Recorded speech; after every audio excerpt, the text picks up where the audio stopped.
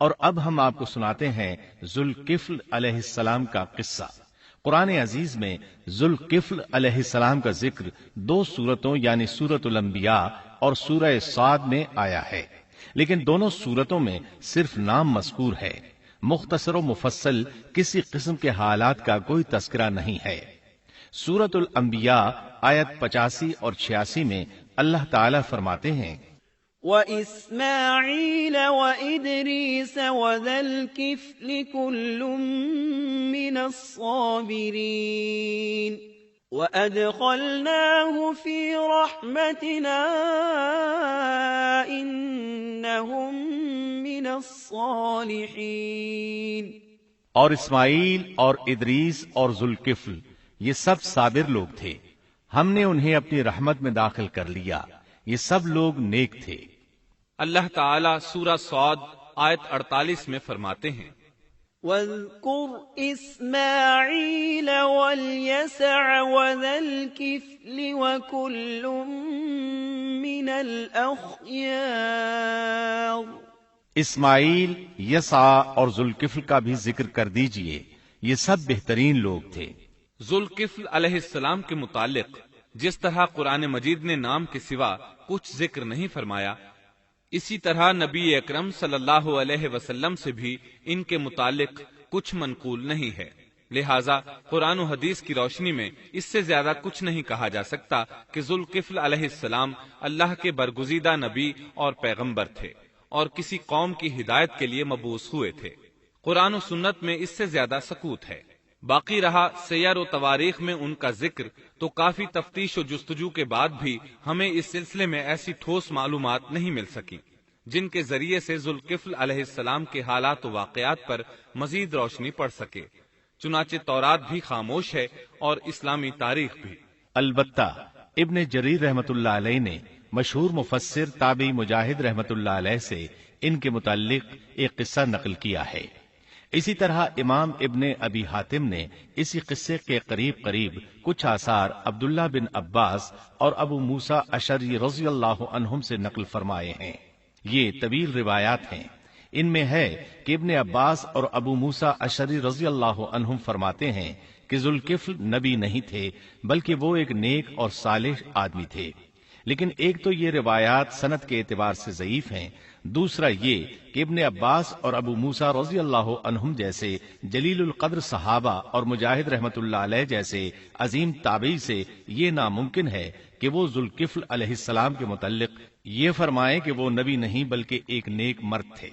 شاہ عبد القادر رحمت اللہ علیہ کا موقف ہے کہ ذوالکفل ایوب علیہ السلام کے بیٹے تھے اور انہوں نے اللہ کی خاطر کسی آدمی کی ضمانت دی تھی جس کی پاداش میں ان کو کئی برس قید کی تکالیف برداشت کرنا پڑی۔ چنانچہ شاہ صاحب اپنی تفسیر موضح القرآن میں لکھتے ہیں کہ ذوالکفل ایوب علیہ السلام کے بیٹے تھے، ایک شخص کے ضامن ہو کر کئی برس قید رہے اور اللہ کی خاطر یہ مشقت سہی۔ موجودہ دور کے بعض مفسرین کا خیال ہے کہ ذوالکفل حزقیل علیہ السلام کا لقب ہے۔ ایک دوسرے مفسر کی عجیب و غریب رائے یہ ہے کہ ذوالکفل گوتم بدھ کا لقب ہے، کیونکہ اس کے دارالسلطنت کا نام کفل تھا جس کا معرب کفل ہے، اور عربی میں ذو صاحب اور مالک کے لیے آتا ہے، اور صاحب مال کے لیے ذو مال اور مالک شہر کے لیے ذو بلد کے الفاظ کثرت سے استعمال ہوتے ہیں، لہذا یہاں بھی کفل کے مالک و بادشاہ کو ذوالکفل کہا گیا ہے۔ اس مفسر نے یہ بھی دعویٰ کیا ہے کہ گوتم بدھ کی اصل تعلیم توحید اور حقیقی اسلام ہی کی تعلیم تھی، مگر اس کی موجودہ صورت دوسرے ادیان کی طرح محرف اور مسخ شدہ ہے، لیکن یہ اقوال قیاس و آراء سے زیادہ تاریخی حیثیت سے کوئی وقت نہیں رکھتے۔ ہم اس تعصب کے قائل نہیں ہیں کہ اگر صحیح تاریخ سے یہ ثابت ہو جائے کہ قرآن نے جن انبیاء کے صرف نام ذکر کیے ہیں ان کا مصداق فلاں برگزیدہ ہستی ہے، اور اس کا انکار صرف اس لیے کر دیا جائے کہ اس سے پہلے چونکہ ایسی بات کسی نے نہیں کہی اس لیے یہ قابل رد ہے۔ یقیناً ہم اس حقیقت کو تسلیم کرتے ہیں کہ تاریخی حقائق کی جستجو کا باب بند نہیں ہوا، اور آئے دن نئی نئی تحقیقات سامنے آ رہی ہیں اور جدید انکشافات ہو رہے ہیں، بلکہ ان کے ذریعے قرآن مجید اور احادیث رسول کے بیان کردہ واقعات کی تصدیق ہوتی چلی جا رہی ہے۔ ملحد و بے دین لوگ ان کا انکار اس لیے کرتے اور کرتے آ رہے ہیں کہ تاریخ اور فلسفہ ان کا ساتھ نہیں دیتے،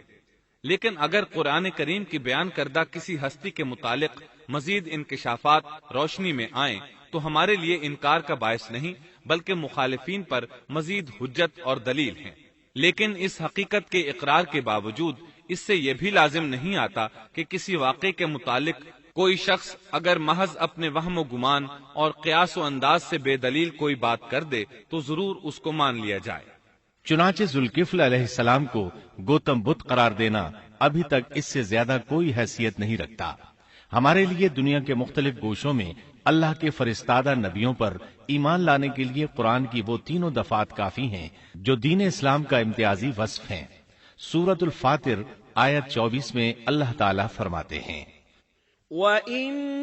مِّنْ أُمَّةٍ إِلَّا خَلَا فِيهَا نَذِيرٌ، اور کوئی امت ایسی نہیں ہوئی جس میں کوئی ڈر سنانے والا نہ گزرا ہو۔ سورۃ المومن آیت 78 میں اللہ تعالیٰ فرماتے ہیں،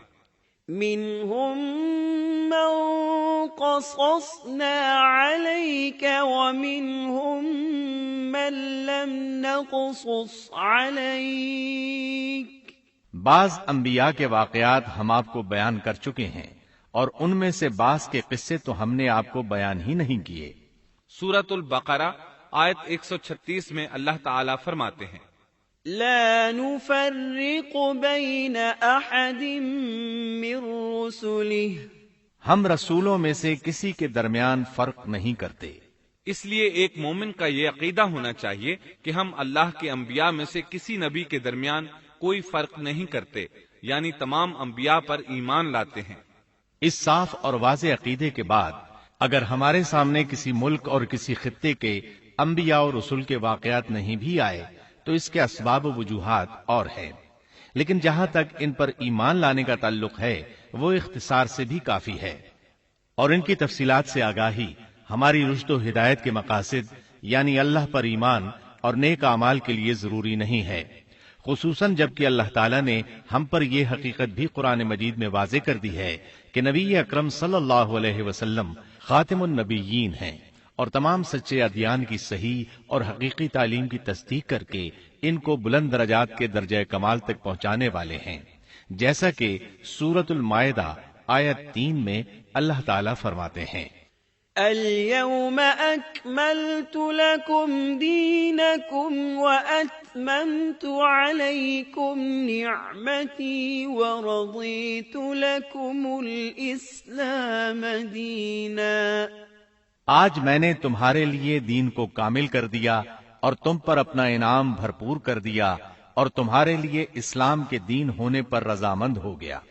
خلاصہ کلام یہ کہ ہمیں یہ تسلیم ہے کہ ہندوستان میں بھی اللہ کے سچے نبی اور پیغمبر مبعوث ہوئے، بلکہ سیرت نگاروں کی روایات کے مطابق ابو البشر آدم علیہ السلام اسی ہندوستان کے کسی گوشے میں اتارے گئے،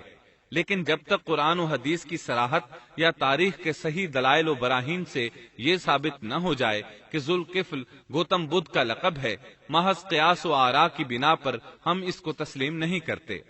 کیونکہ جس طرح کسی نبی کو نہ ماننا کفر کی راہ ہے، اسی طرح کسی غیر نبی کو نبی تسلیم کرنا بھی باطل ہے۔